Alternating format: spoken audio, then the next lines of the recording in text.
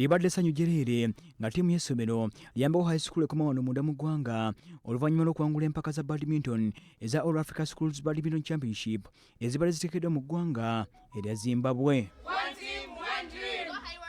Essomero lino okutuuka ku kino likubye essomero lya Lubaka Girls ku luzannya lw'akamalirizo ku bugoba 3-1. Ttiimu z'amawanga 6 zizeetebe mu mpaka zino nga zizannyidde okuva ng'ennaku z'omwezi 16 okutuuka ng'ennaku z'omwezi 2 omwezi guno, era Ajeti Makaza alina bukakeeto akulira essomero lino agamba awulira essanyu lingi olw'abayizi baabwe okubatuusa ku kkula lino. Ffe ba champions b'empaka za badminton ow'abawala mu All African Secondary School Championships. Twebaza Katonda olw'obuwanguzi buno, ne twebaza ba director baffe, ne twebaza kochi waffe omulungi Coach Williams Kabindi ne ttiimu yange y'abaana bano abawanguzi. Nakiyemba Nazifa omuyizi ku ssomero lino y'omu ku bayizi abayambyeko essomero lino okuwangula empaka zino. Ono atubuulidde ku kyabaleetedde okuwangula empaka zino.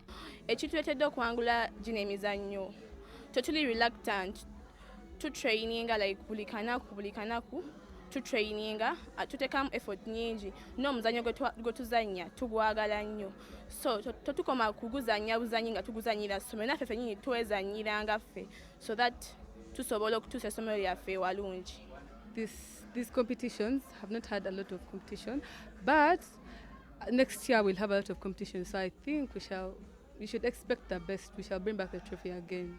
Guno mulundi gwa kusatu nga beetaba mu mpaka zino era bawangudde ekikopo n'emidaali 9 ng'etaano gibadde gya zaabu, 2 gibadde gya ffeeza n'emirala 2 gibadde gya kikomo.